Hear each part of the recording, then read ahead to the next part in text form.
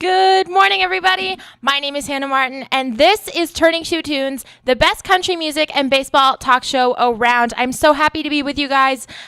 Just a little announcement here. We are going to have a little bit of a shorter show today. I'm not feeling super well, but I did want to get on. There are some things I have to talk to you guys about this week regarding baseball. So I wanted to get on. So we're going to wrap up about 1 today, but we are going to play some great music, and we're going to talk about baseball today, of course. If you have anything you'd like to talk about in this hour with us, 509-335-2207 is the telephone number. You can call at any point in the show today. We are going to get started today with Hadley Kennery. This is Nashville. Here we go. All right, and we are back on. Let me adjust my microphone here. There we go. Perfect. So today, after those lovely songs, we are going to talk about something that is probably the most pressing issue in baseball right now, and that is the kind of, I don't want to say gossip, because it's coming from reputable sources. The information coming from reputable sources that there is dissent among the players, and they are very unhappy, and there's even the possibility that they may attempt a boycott this season. And as soon as I read that, I was like, boycott? It's been like 6 months since I've seen baseball. Please don't do this to me. I need baseball. But then, the rational part of me was like, okay, the players have a grievance here. What is going on? And so, as you know, we've been talking about this a lot. If you follow me, I'm a writer for The Odyssey here at Wazoo, which is an opinion-based newspaper. I wrote about this last week. The hot stove season, which is what the off season is called in baseball, and where, typically all your big trades are happening. It's been really cold this off season. Like, nothing has happened. There's been, Stanton got dealt, the Stanton trade, obviously that was big. But other than that, there hasn't been, a lot of big trades. Considering who is still on the market, you have Yu Darvish, you have Jake Arrieta, you have Lorenzo Cain went to the Brewers, but you had Lorenzo Cain up until about a week ago. You have, all of these players who should be on teams. Like, they're not bad players, but for some reason they're still free agents, and so that it's like, okay, what's going on here? And so it seems like the players are asking for long deals, and they're anchoring for those longer deals, and teams are unwilling to give them the money / give them the years that they're asking. And so the whole league is kind of in this stalemate right now. And the players are unhappy that they're not getting paid, and so they're threatening this boycott here. And my piece for The Odyssey this week is on how the Red Sox are making it very hard to root for them in 2018. Will I root for them? Of course I will, please. But it will be very hard for me to root for them. And one of the biggest reasons why is this very issue here. The Red Sox are weird with money. So I point this out in the article. If you read it, it'll be up tomorrow. Check it out. But basically the gist of the article is that they have spent $255 million combined on 3 players. Pablo Sandoval, who's currently rotting away in AAA, not in the Red Sox system, mind you, in the Giants system. Rusney Castillo, who is rotting away in the Red Sox AAA system, who was injured last year but was only hitting 250 like in the 3 years past, so it's not, a great loss. And Hanley Ramirez. The rest of the money was going to Hanley Ramirez, who, tremendously underperformed last season, hit about 250 as well, only had 23 home runs, like 60 RBIs or something like that, like just ridiculously low numbers for a guy making like upwards of $80 million on his contract. And so combined for those 3 players alone, the Red Sox will spend $255 million. And I think Hanley has somewhere in his contract that he gets a bonus if he has a certain amount of plate appearances, which he's surely going to have this year because it's like so few that, he'll make it. And so there's also the bonus added in on top of that $255 million, however much that bonus is. But you think about that money and you're like, oh, $255 million is a lot of money for an entire team, let alone 3 players. to be making. And when I say that money will be spread over, the years of their contracts. I think Pablo Sandoval's on a 5-year contract. Hanley's on like a 6-year contract or something. But at some point, the Red Sox will have spent $255 million on these 3 players, unless they can, get rid of them, which is not possible. They already got rid of Pablo Sandoval, but they're taking his contract because they released him. And nobody's going to take Hanley or Rusney. Anyway, this week, the Red Sox went into arbitration with a little player, not well known. His name is Mookie Betts. If you don't know him, he finished second in the MVP running 2 years ago, to only Mike Trout, who won the award, obviously. He is well known as one of the, and so when I'm like, oh, nobody knows him, I'm being facetious. He is well known as one of the best center fielders in the game. Excuse me, right fielders in the game. Jackie's in center. He came up as like a center fielder. The Red Sox outfield is weird. He is well known as one of the best outfielders in baseball. He is young. He can hit. He can play defense. He's fast. He can hit for power. That's 5 tools, ladies and gentlemen. Never mind. That's only 4. Being young is not a tool. But anyway, he's a 5-tool player and he's young. He is, if you don't know what arbitration is, it means a player has spent his 3 years in the league, where he makes, the league minimum, and then he's still in his contract, but he will enter into arbitration, which is basically when a player says, okay, I've been taking the minimum, now I'm obligated to this arbitration. Here's what I think I'm worth. And so Mookie Betts slides an envelope with a number across the table to the Red Sox. Red Sox read that. They slide an envelope back to him. I'm not sure this is how it works. I'm sure it's much more complicated, but this is how I imagine it in my head. They slide an envelope back to him with the number that they think he is worth. There was a $3 million discrepancy there. Mookie Betts had asked for $10.5 million, and the Red Sox had offered to give him $7.5 million. So what happened is, because the two sides couldn't agree, they went to arbitration court, and the panel there decides who wins, and they ruled in Mookie Betts' favor. Here's my problem. You are spending $255 million on these 3 players who are doing absolutely nothing for you. I mean, 2 are literally doing nothing because they're in AAA with your team or with another team. And Hanley is basically not doing anything. You're going to sit here and take Mookie Betts to arbitration court over $3 million. You are going to risk alienating one of your best players who is a free agent in the 2021 season, which is only 3 years away, folks. You're going to risk alienating him and having him go somewhere else in his free agent year and having him walk and go sign probably with the Yankees, because the Yankees are signing everyone, over $3 million. That's what we're dealing with here. And I want to clarify, $3 million is a lot of money. It's to most people. To the Red Sox, $3 million is a write-off. It is not a lot of money. To John Henry, the owner of the Red Sox, $3 million, he's not going to lose any sleep over $3 million. I don't get it. I do not understand it. I don't understand why, when the Red Sox, I remember very clearly when the Red Sox signed Hanley and Pablo Sandoval.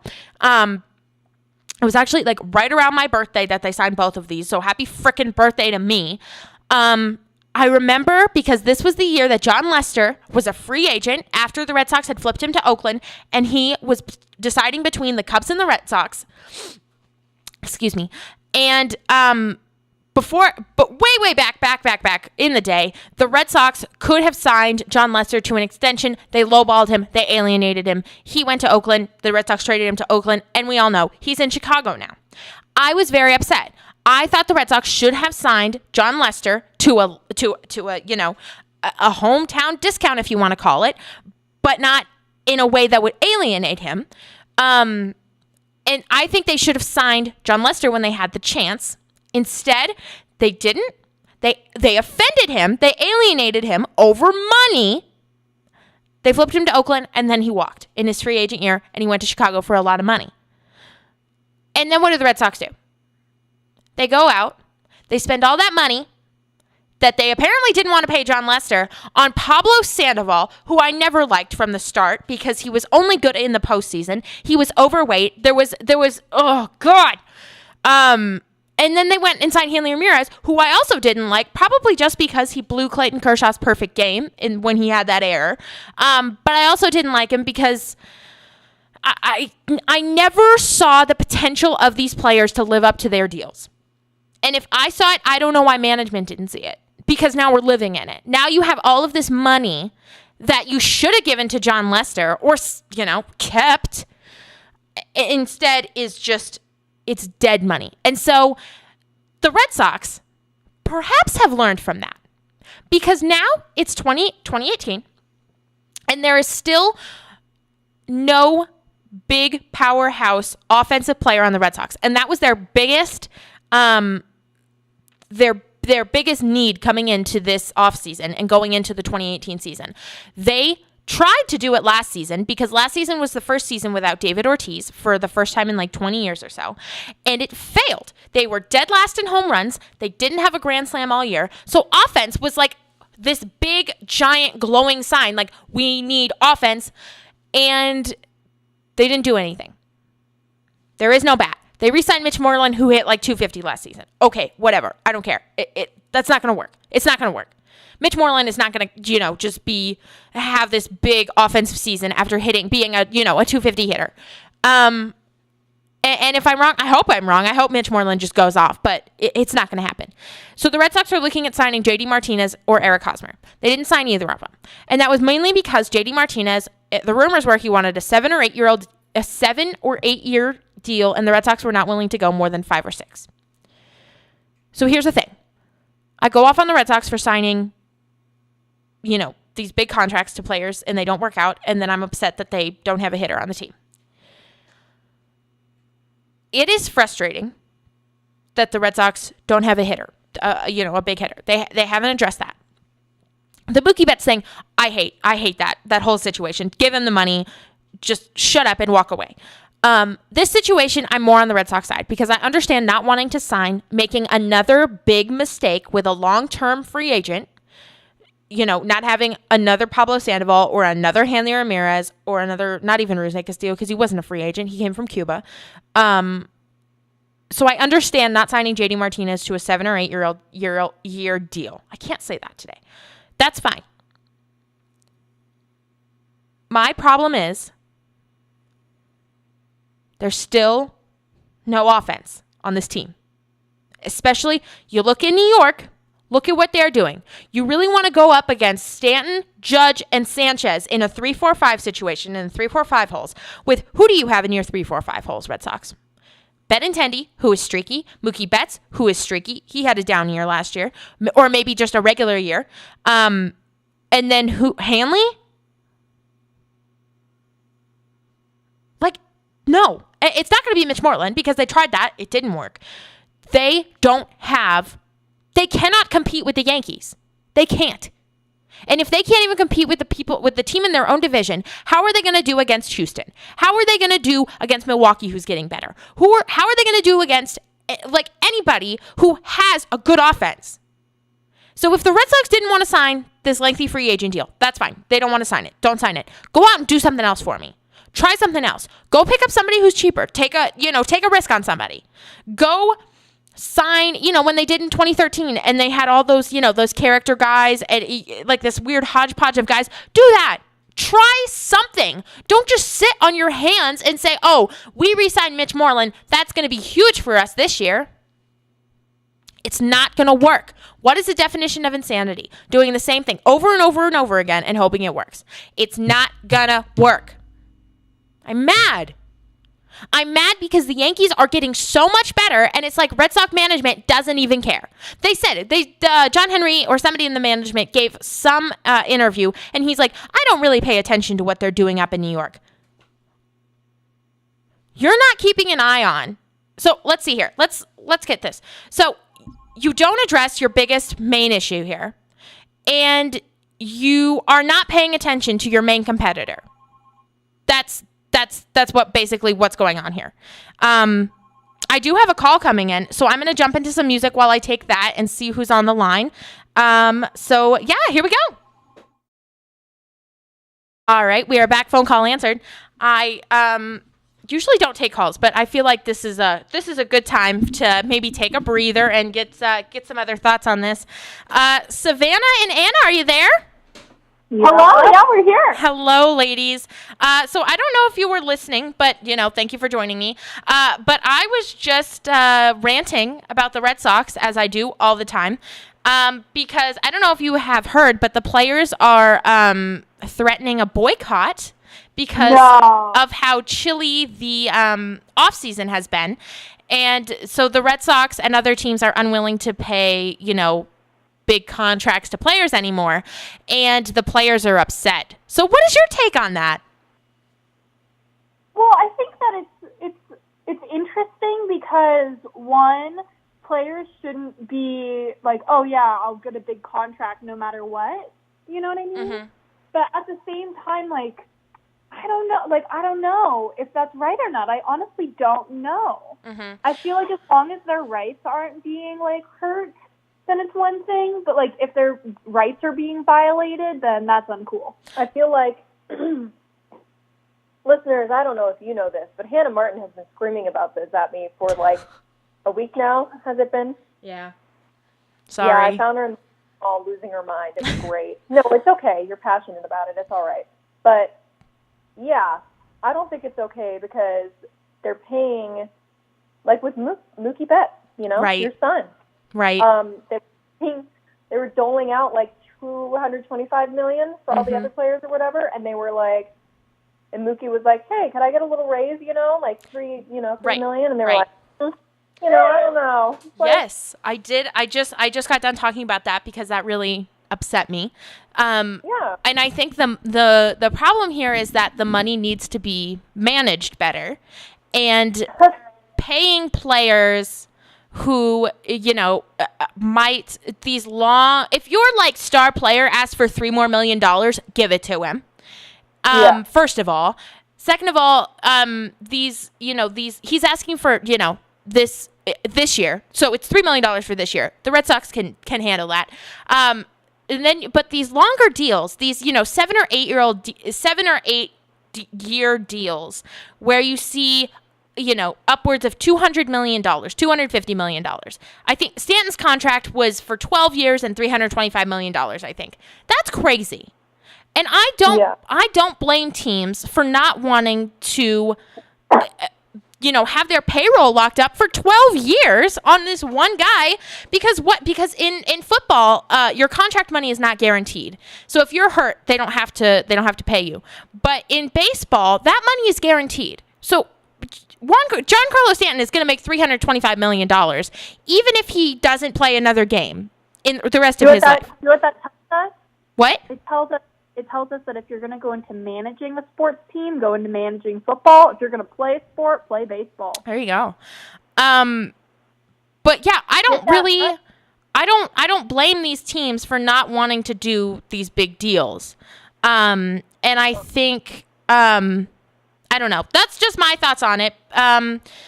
But I just don't blame the teams here. I think the teams are in the right. But then people are saying, oh, well, teams are making more money than ever. They can afford to pay their players for a little more. And I think that's true.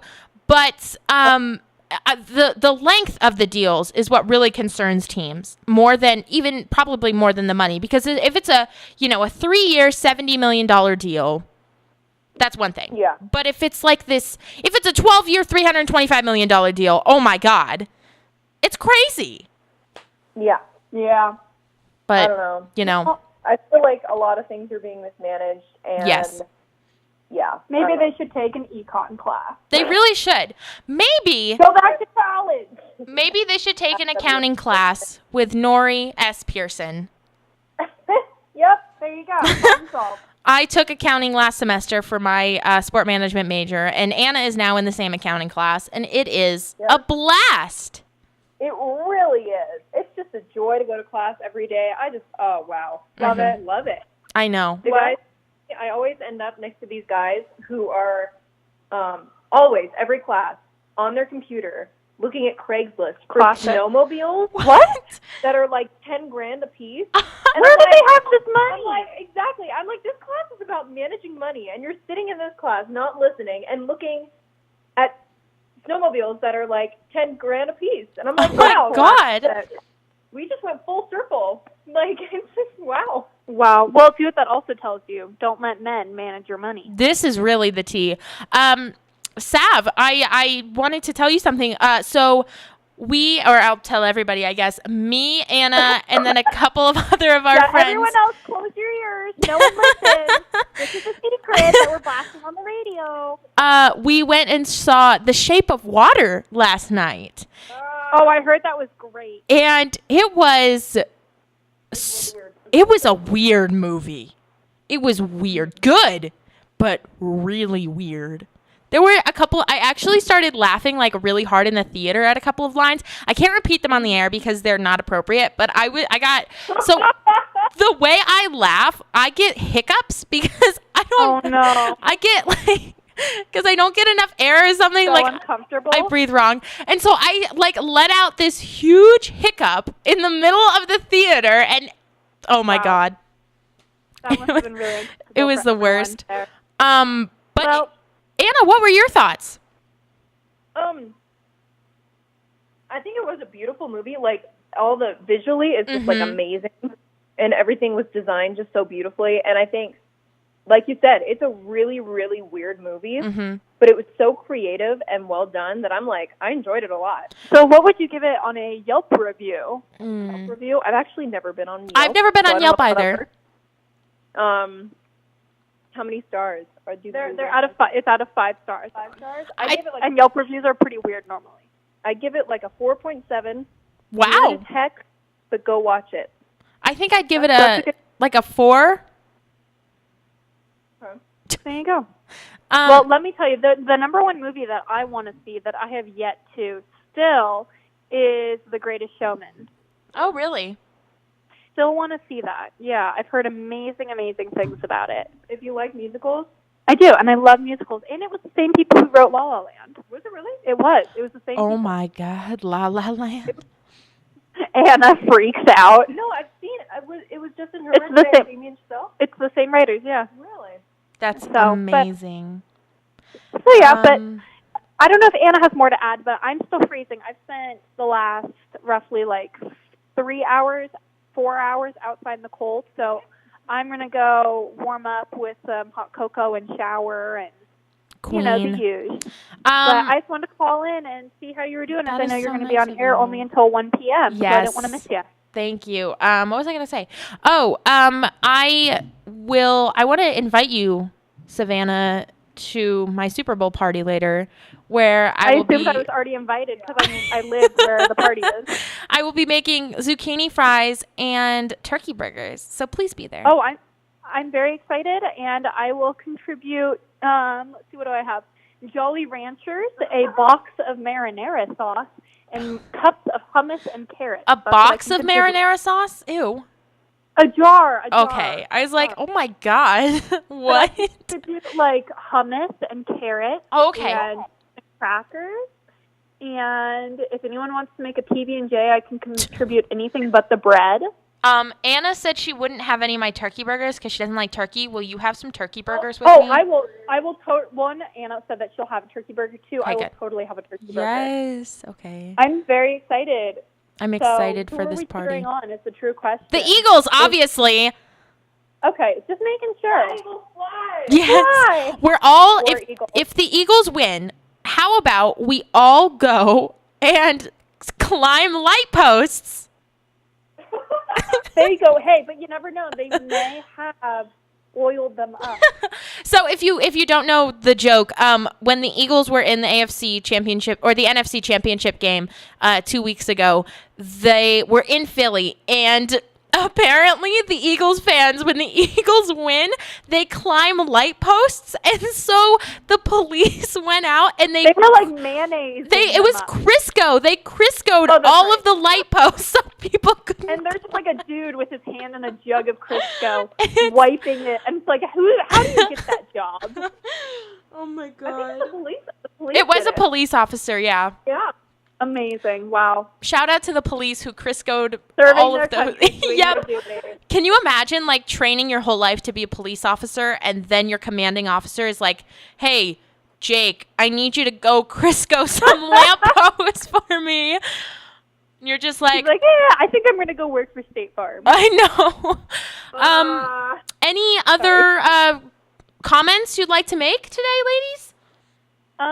If my stepdad is listening, I hate the Patriots because he'll be cheering them on today because they're his team because, you know, they're in New England. Right. But The only people who are rooting for the Patriots today are people in New England. And then actually somebody did like a map, and then weirdly, North Dakota is also cheering for the Patriots. maybe they just hate the Eagles. Is that why? I don't know. Like, I don't know. Question. Was it the Vikings who beat out the Eagles? Yeah, wait.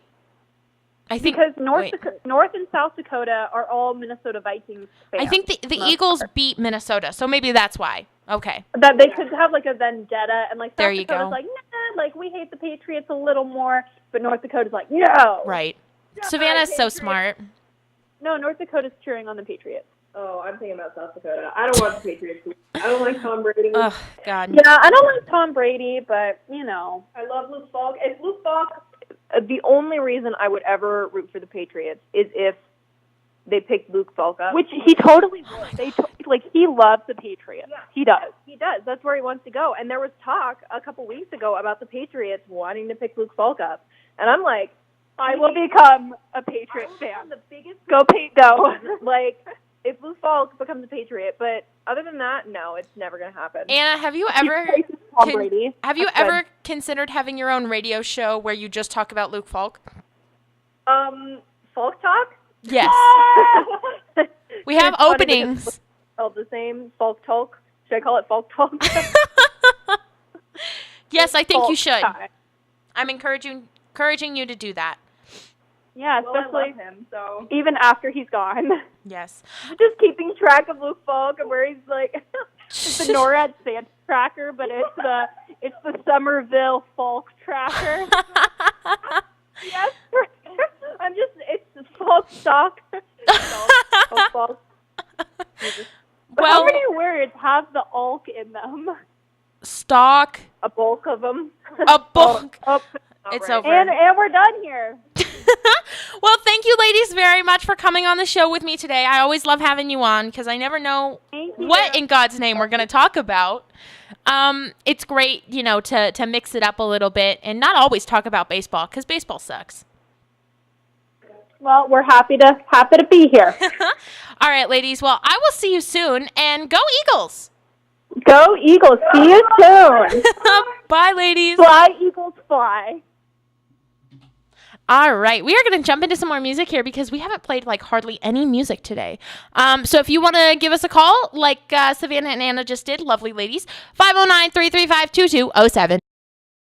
All right, so like I said at the beginning of the program, we are going to have a shorter show today. So, okay, we don't want to play it again. It's a very good song. I like it, but just once is okay. Thank you. So we are going to have a shorter show today, which means we are hopping off the air at 1 here. I just want to thank everybody who listens to the show every week, who tunes in to Turning Two Tunes. And I want to thank Anna and Savannah for coming on the air with me today. It was great to hear from them. I hope everybody has a terrific weekend, rest of their week here. And I guess it's I always think of Monday as like the start of my week. But I guess Sunday is like the start of a new week. So I hope everybody has a terrific week. And I will catch you back here next week for more Turning Two Tunes. Bye, guys.